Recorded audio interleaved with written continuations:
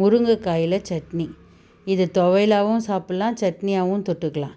எப்படி செய்யலான்னு பார்க்கலாம் வாங்க. நல்ல முத்தின முருங்கைக்காவை எடுத்துக்கோங்க. இந்த மாதிரி நீல வாக்கில் கட் பண்ணிக்கோங்க.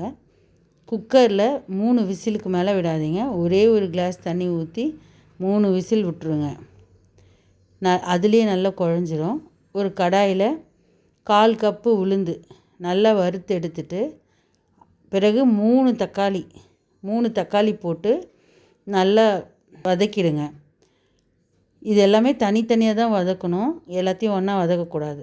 அதுக்கப்புறம் 5 காஞ்ச மிளகாய் அதையும் வறுத்து எடுத்துருங்க. புளி கொஞ்சம் தேவைக்கேற்ப அதையும் வறுத்துருங்க. பெருங்காயம், உப்பு இதை மட்டும் தனியாக ஃபஸ்ட்டு அரைச்சிருங்க. காஞ்ச மிளகாய், புளி, உப்பு, பெருங்காயம். பிறகு தக்காளியும் உளுந்தையும் தனியாக அரைச்சிருங்க. இப்போ எல்லாத்தையும் ஒரு கிண்ணத்தில் ஒன்றா சேர்த்து வச்சுருங்க. இப்போ நம்ம குக்கரை ஓப்பன் பண்ணிவிட்டு வெந்திருக்க முருங்காயிலேருந்து ஒரு ஸ்பூன் வச்சு அதில் இருக்க சதையெல்லாம் வழித்து எடுத்துடலாம்.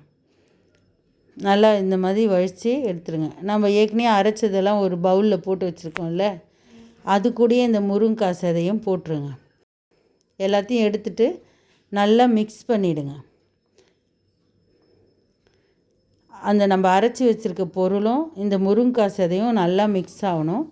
அதுக்கப்புறம் கடாயில் எண்ணெய் ஊற்றி உளுந்து 1 ஸ்பூன், கடலைப்பருப்பு 1 ஸ்பூன், கடுகு 1 ஸ்பூன் போட்டு கருவேப்பிலை கொஞ்சம் போட்டு நல்லா தாளிச்சிருங்க.